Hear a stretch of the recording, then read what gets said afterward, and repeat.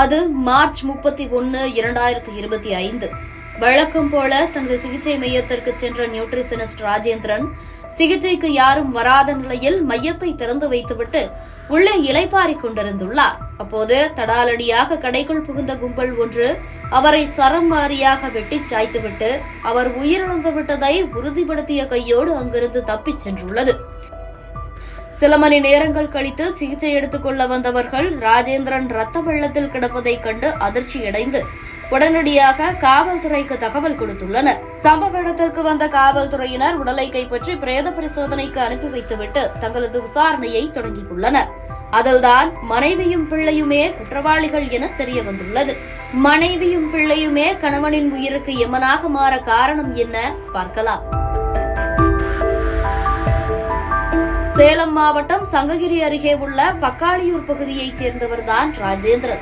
65 வயதான இவர் மனைவியையும் மகனையும் பிரிந்து திருச்செங்கோடு பகுதியில் வாடகை வீடெடுத்து தனியாக வசித்து வந்துள்ளார். கணவன் மனைவி இடையே என்ன தகராறு, ஏன் தனியே வசிக்கிறார் என்று காவல்துறையினர் விசாரணை நடத்தியதில் ஏற்கனவே கடந்த ஓராண்டுக்கு முன் ராஜேந்திரனை சொத்து தகராறில் தாக்கியதாக அவரது மனைவி ராணி மற்றும் அவரது மகன் மீது காவல் நிலையத்தில் வழக்கு இருப்பது தெரியவந்துள்ளது. அதன் அடிப்படையில் மனைவி ராணி, மகன் அரவிந்த்ராஜ் ஆகியோரை காவலில் எடுத்த காவல்துறையினர் விசாரணையை தீவிரப்படுத்தியுள்ளனர். இந்த விசாரணையில் கூலிப்படையை ஏவி ராஜேந்திரனை கொலை செய்தது அவர்கள்தான் என தெரியவந்துள்ளது. கடந்த சில ஆண்டுகளாகவே மகனும் மனைவியும் ராஜேந்திரனுக்கு சொந்தமான பூர்வீக நிலத்தை அவர்களது பெயரில் மாற்றித் தருமாறு கேட்டு வந்துள்ளனர். தொடர்ந்து மறுத்து வரவே இது ஒரு கட்டத்தில் பிரச்சனையாக மாறியுள்ளது. பூர்வீக சொத்து கிடைத்தால் உடனடியாக திருமணம் செய்து கொள்ளலாம் என்னும் எண்ணத்தில் இருந்த மகனுக்கும் தந்தையின் செயல் கோபத்தை ஏற்படுத்தியுள்ளது.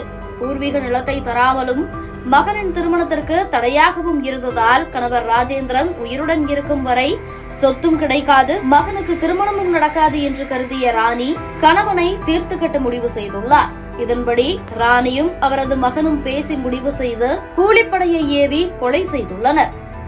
இவை காவல்துறையினர் விசாரணையில் தெரிய வரவே ராணி, அவரது மகன் அரவிந்த்ராஜ் மற்றும் இவர்களுக்கு உதவிய கூலிப்படையைச் சேர்ந்தவர்களை கைது செய்த காவல்துறையினர் தொடர்ச்சியாக இதுகுறித்து விசாரணை நடத்தி வருகின்றனர். பூர்வீக சொத்துக்கு ஆசைப்பட்டு தாயும் மகனும் சேர்ந்து தந்தையை கொலை செய்த செயல் பெரும் பரபரப்பை ஏற்படுத்தியுள்ளது.